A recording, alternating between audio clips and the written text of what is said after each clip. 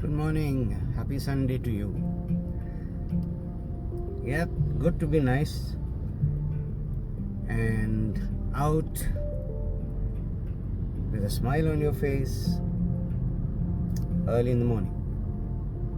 Today I'm going to talk to you about two words: push and pull. Yep, very simple. Push and pull. So, how do these two words play an important role in our life in almost every aspect? But I will focus on people because that is where most of the friction takes place most of the time. Unfortunately, even this is not taught when we are young, when we were young. It's not taught in school, it's not taught in college. Yes, it's taught from a point of view of sales or selling something. So it's like you push a customer to buy something or you pull a customer towards you to buy something, depending whether it's a product or a concept.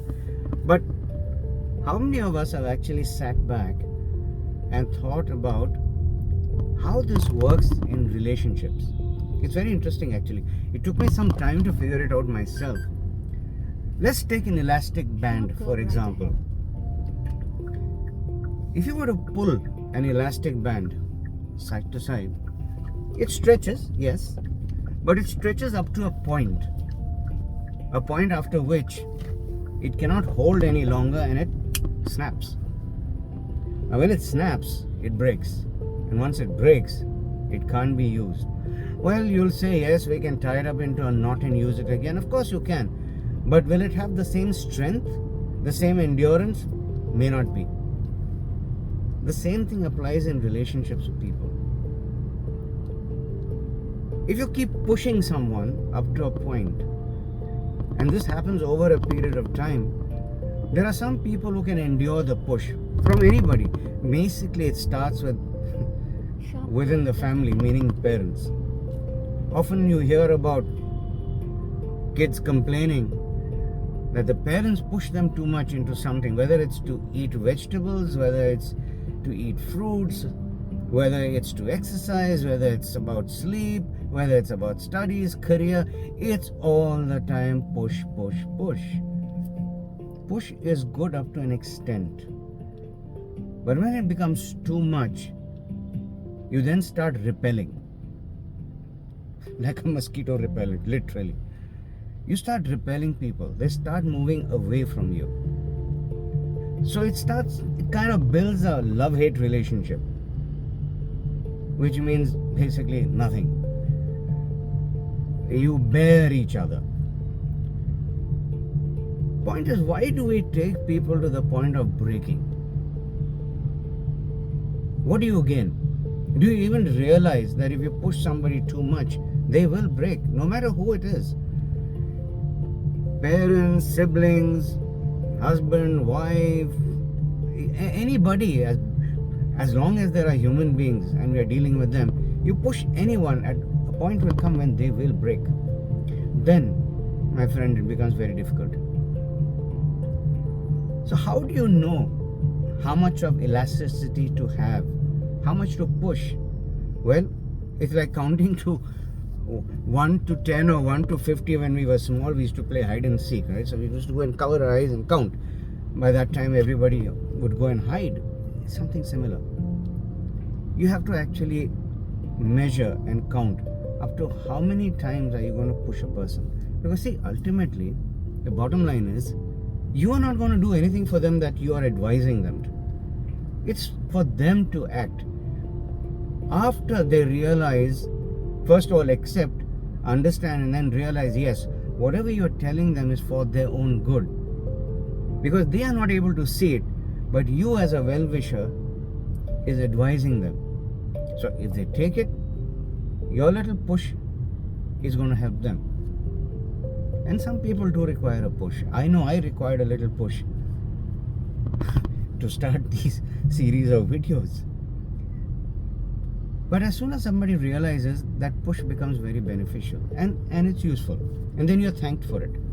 But push too much, the very intent and purpose for which you're pushing is going to go.